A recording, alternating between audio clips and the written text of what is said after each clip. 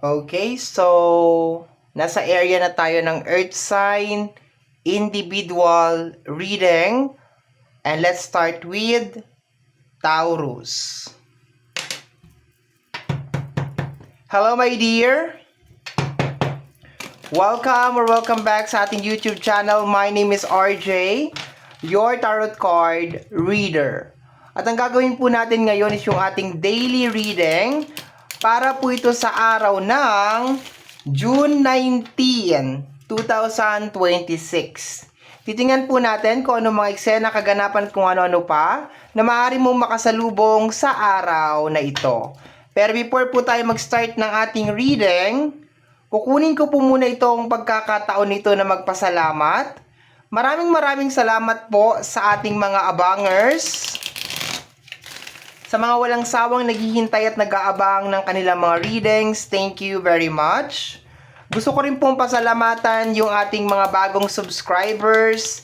Hello my dear, welcome po sa ating channel. I hope na mag-enjoy po kayo dito. Mahanap ninyo kung ano man yung inyong hinahanap, or mai-provide ko yan my dear, okay? Sana mahanap nyo yan dito sa ating channel. Sa mga interested po sa private reading, nasa description box down below yung mga details, information na kinakailangan nyo para po makontak ang inyong lingkod. Huwag pong mahiyang mag-inquire. Libre lang po yung mag-inquire, ha? Huwag pong kahiyaan yan. Okay. Magpa-reading ka man or hindi ka magpa-reading, sasagutin pa rin naman kita. Diba? Okay, so let's go na tayo, Taurus. Tingnan natin kung ano meron ngayong araw na ito.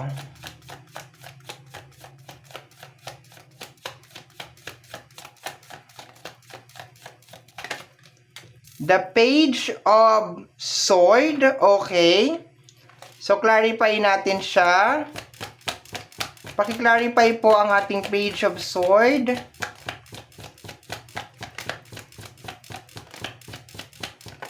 Okay. The Page of Wands. Nagsama ang dalawang page. Okay, ngayon ang gagawin natin, pakikiramdaman natin kung maganda ba to or hindi. I think this is a good card, my dear. Although ang mga page is naglalabas talaga sila madalas ng mga warning, okay, like pag-aralan yung iniisip mo, pag-aralan yung mga kinikilos mo, yung mga ganon. Pero ang nakukuha ko dito, my dear, is like you are super controlled, or you're super controlled sa yung mga action, sa yung mga thinking. Talagang ina-analyze mo talaga na mabuti, inaaral mo. Possible din, my dear, na naglalaan ka ng oras bago ka kumilos. Naglalaan ka ng oras para aralin yung mga bagay-bagay. Ano yung mga magiging cause, ano yung magiging effect. Hindi ka nagpapadalos-dalos, okay? Yun ang nakukuha ko. Kasi minsan nire-reject mo yun eh. Pag lumalabas ang page, minsan nire-reject mo siya. Pero this time na nakukuha ko is talagang naglalaan ka ng time na mag-aral, mag-research, talagang open ka sa ibang opinion ng ibang tao, or open ka na mag-research muna para sure yung kung ano ba yung gagawin. Hindi ka umaasa lang sa confidence mo, okay? Pero dito, my dear, meron kang binabalak na gawin, pero pinag-aaralan mo talaga siya ng mabuti, okay? So yun na nakukuha ko. So let me see, my dear.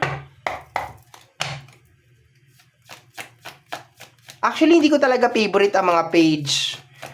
Sa tarot card, ang pinakamahirap na intindihin so far para sa akin is yung Knight at saka yung Page. Sila yung although meron silang napaka-basic lang talaga na information, pero pagdating na sa spread, sila yung maraming energy na nilalabas. Si Knight at saka si Page. Okay? And so far, meron kang dalawang page over here. Additional cards pa tayo, my dear. Tingnan natin. We have here the energy of the Six of Cups. May kinalaman sa nakaraan. And the Four of Swords. Okay. Very good pa rin. Relax, my dear. Kasi ang energy ng Six of Cups is related sa energy ng nakaraan. So to the point na Four of Swords yun nandito, ibig sabihin, it's either binibigyan mo na ng katuparan yung mga bagay na gusto mo talagang mangyari sa buhay mo. Like, pinaprioritize mo na, my dear, yung sarili mo this time. Okay? And isa pa sa nakukuha ko dito, meron ka mga issue from the past, posibleng may kasamang ibang tao or posible naman na issue na may kinalaman sa sarili mo na na-overcome mo na siya ngayon. To the point na meron ka ditong energy ng dalawang page. Okay? Page of Wands is may kinalaman sa energy ng action. Page of Swords is may kinalaman sa yung isipan. Okay? So possible, my dear, na ina-analyze mo ngayong araw na ito kung ano yung mga bagay na posibleng humahad lang sa'yo para hindi mo makamit kung ano man yung dapat mong makamit sa buhay mo. Talagang pinag-aaralan mo talaga siya. Okay. And at the same time, ngayong araw na ito, meron ka mga i-release o bibitawan na mga bad habit sa energy ng Six of Cups at saka ng Four of Swords. Mga maling kaisipan, pananaw sa buhay, mga pag-uugali, i-release mo yan, my dear. Yun ang nakukuha ko. Wala akong nakukuhang masyadong pressure, my dear, na may kinalaman sa usapin ng nakaraan. Kasi, wala pa yung ibang mga cards, pero ang nakukuha ako dito is you are finally releasing yung mga blockages. Okay. Which is, maganda. Okay siya. 12 cards tayo ngayon, my dear. Minsan, 8 cards tayo, minsan 12 cards. So, 12 cards tayo ngayon. We have here the energy of the Fool card and the Two of Wands. Okay. So, sa energy ng Fool card, ang nakukuha ko is pagpasok sa isang... Ayoko nang gamitin yung new beginning sa energy ng Fool card. Sabihin na, laliman natin. Diba? Laliman natin. Kasi may mga nagsasabi, oh, lagi na lang new beginnings ang Fool card. Oh, sige. Laliman natin. Connect natin dito. Connect natin dito. Okay. Angat natin tong dalawang to. Ang Fool card na ito, my dear, ay nagre-release ng energy na you are ready. You are ready, my dear, na tanggapin yung totoong kapalaran mo. You are not in denial anymore.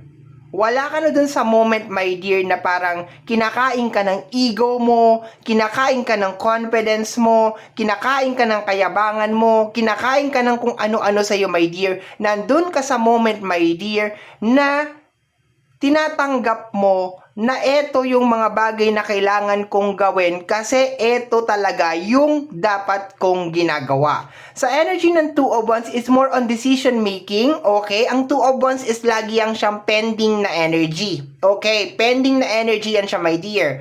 Pero 1, 2, 3, 4, 5, 6. Okay.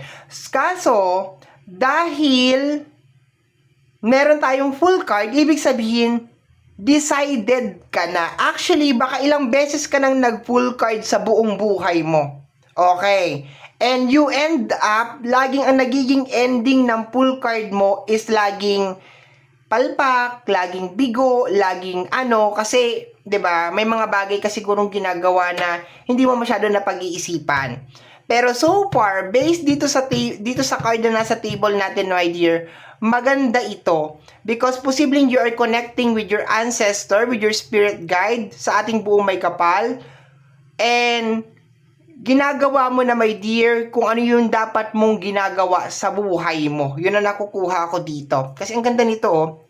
And hindi ka pa dalos-dalos this time. Kaya medyo parang kakaiba. Kasi bakit? Nagdala ng energy na yun, yung dalawang page. Kasi hindi ka normally ganito. Normally, hindi ka talaga nakikinig sa opinion ng ibang tao. Normally, hindi ka talaga nagpapadikta. Yung mga ganun, talagang confident ka talaga na kung ano yung gagawin mo, talagang magwo-work talaga siya and magiging successful siya. Pero this time, naglalaan ka ng oras para magbasa, mag-research, huminto muna, pag-isipan muna yung mga gagawin mo. As in, talagang sinisigurado mo talaga na kung ano tong gagawin mo, talagang magiging successful siya. Although hindi mo pa naman siya ginagawa kasi nandun pa lang siya sa process na parang, okay, gusto mong gawin, pero nandun ka sa moment na kinukondisyon mo, my dear. Yun ang tamang word. Kinukondisyon mo talaga yung sarili mo, my dear, para dito sa panibagong journey, my dear, na tatahakin mo. For some of you, is meron kayong panibagong blueprint ng buhay ninyo. Okay, yung dating blueprint ng buhay ninyo, ginusot ninyo yun, tinapon ninyo yun, and gumawa kayo ng panibagong blueprint ng buhay ninyo. Which is kakaibang Taurus, ibang energy, ibang iba sa dating ikaw. Okay? So let me see. Sabi ko 12 cards tayo ngayon. Let me see, my dear Taurus. We have here the energy of the Emperor. Energy ng success. Kasama ng ating Emperor. So far, dalawang major arcana pa lang tayo. Una si Fool card and then Emperor. Pag pinagsama mo yung dalawa na yan, papunta yan sa success. Okay? Papunta yan sa success, my dear, na energy. Papunta sa karangyaan, kapangyarihan. Okay, let me see, my dear. We have here the energy of the Seven of Swords. Yes, you are being silent, my dear. For some of you, bumabangon kayo, nire-rebuild ninyo yung sarili ninyo. May nangyayaring renovation ngayon, my dear. May nangyayaring renovation ngayong araw na ito sa'yo, very silently. Yung renovation, my dear, is nangyayari sa utak mo, nangyayari sa puso mo. Nagkakaroon ng renovation, my dear, ngayong araw na ito. Okay, like super silent. Hindi mo ina-announce, walang nakakaalam, pero nararamdaman mo, my dear, sa sarili mo, na meron nag-change, na meron nagbabago, na meron nagtatransform, my dear. Na mas kalmado ka ngayong araw na to, mas kontrolado mo yung emosyon mo, mas kontrolado mo yung sarili mo, yung isip mo, yung puso mo, my dear, kontrolado mo. Actually, parang walang galit sa puso mo ngayong araw na to. Hindi ko alam paano mo nagagawa to, pero it's more on, wala akong nakukuhang kahit anong hate ngayong araw na to. Bagko siguro forgiveness or pagpapatawad ang nakukuha ko. Let me see, my dear. Tingnan natin ano nililingon ni Seven of Swords, the Eight of Pentacles. Okay, may kinalaman sa energy ng work. You are working in silent, my dear. At nag-uumpisa tong pagwo-work na to, my dear, sa'yo mismo. Bago ka pumunta doon sa destination mo, which is sa pagiging si Emperor, the power, kung ano man gusto mong itawag dyan, nandito ka, my dear, sa moment na may nangyayari sa sarili mo ngayong araw na to. May nagkakaroon ng transformation inside you. Okay, let me see. We have here the energy of the lovers. You're starting to love, to create. Wow, grabe. To be passionate, my dear, sa work mo, sa action mo. Wow, totoo ba to? Talaga? Okay. You're starting to be passionate, my dear. Mararamdaman mo ngayong araw na to na you are so very passionate. Like, gusto mo naka-organize yung mga bagay-bagay, gusto mo nakatupi, gusto mo nakaayos, basta, ang ganda nung energy niya. Like, gusto mo pag kinuha mo, ibabalik mo rin. Gusto mo very passionate ka, take time ka talaga pag mayroon kang ginagawa. Okay? Or you are trying to enjoy yung trabaho mo. Talagang yung dedication, yung love, nakikita talaga doon sa work. Okay? Yung focus nakikita talaga doon sa usapin ng love. Kung love ang pag-uusapan natin, my dear, forgiveness. Love mo lahat, mahal mo lahat. Yun ang nakukuha ko, my dear. Yung puso mo is dahan-dahan siyang naglalabas ng energy na parang nawawala yung galit, nagpapatawad ka lang. Love mo lahat. Pero hindi yung as in love na parang, okay, wala ka nang ginawa sa akin. This time with para lang, with boundary at saka with peace of mind. Like, okay, patatawarin ko na, parang ganon. And then, with boundary. Hindi ibig sabihin na pinatawad mo, talagang welcome na ulit pumasok sa buhay mo. With boundary lang. With limitation, my dear. Yun na nakukuha ko dito. Okay? Let me see. Next card, we have here the energy of the Three of Pentacles. Energy ng collaboration. For some of you, baka gusto ninyong mag-work. Yes, makipag-collaborate. Three of Pentacles and the Three of Cups. Angel number, actually we have here 444. Angel number 444. And angel number 666 and angel number 333. Okay? The Lovers, Six of Pentacles, Four of Swords, the Emperor, Three of Pentacles, the Three of Cups. This is energy of collaboration. Okay? So, dahil nagki-cleanse ka nga, my dear, okay, you are cleansing inside. Ewan ko ano nangyayari sa'yo, it's really hard to explain. Pero nagta-transform ka, my dear. May nangyayari sa'yo yung kakaiba. Nagka-create to, my dear, ng mga panibagong opportunity for you. Nag-a-attract to ng mga positive na energy for you. Okay? Probably hindi naman to kaagad napapasok. Pero by the time, my dear, na mag-decide ka na gawin itong, ibig sabihin pag naramdaman mo na, ay okay, ready na ako. By the time na ihakbang mo yung paa mo, my dear, sa energy ng full card, it is just like achievement after achievement after achievement after achievement. Ganun siya, parang sunod-sunod na achievement, sunod-sunod na ano. Bottom deck of the card is the energy of the Queen of Swords. Okay? Yes, pinaka-highlight ngayon, my dear, hindi ko talaga maintindihan, pero pakiramdam ko this is energy of forgiveness. Yun ang pinaka-highlight ng reading ngayon. Pinapatawad mo yung sarili mo, nandun ka, my dear, sa moment, sa process na pinapatawad mo yung sarili mo, at pinapatawad mo rin, my dear, yung ibang tao, pero medyo ika-clarify ko lang, my dear, na yung pagpapatawad mo sa ibang tao is hindi yun nangangahulugan na welcome na sila ulit sa buhay mo. It is just more on, kinakat mo na lang, my dear, kung ano man yung mga blockage na possible na sumira at sumabotage, my dear, dito sa panibagong journey, my dear, na tatahakin mo sa combination, my dear, ng full card at saka ng Two of Wands. Major arcana natin is the full card, Emperor, at saka the Lovers, okay? Doing something that you love. Doing something that you love. Doing something that you are passionable. Something na merong collaboration. Doing something na merong collaboration.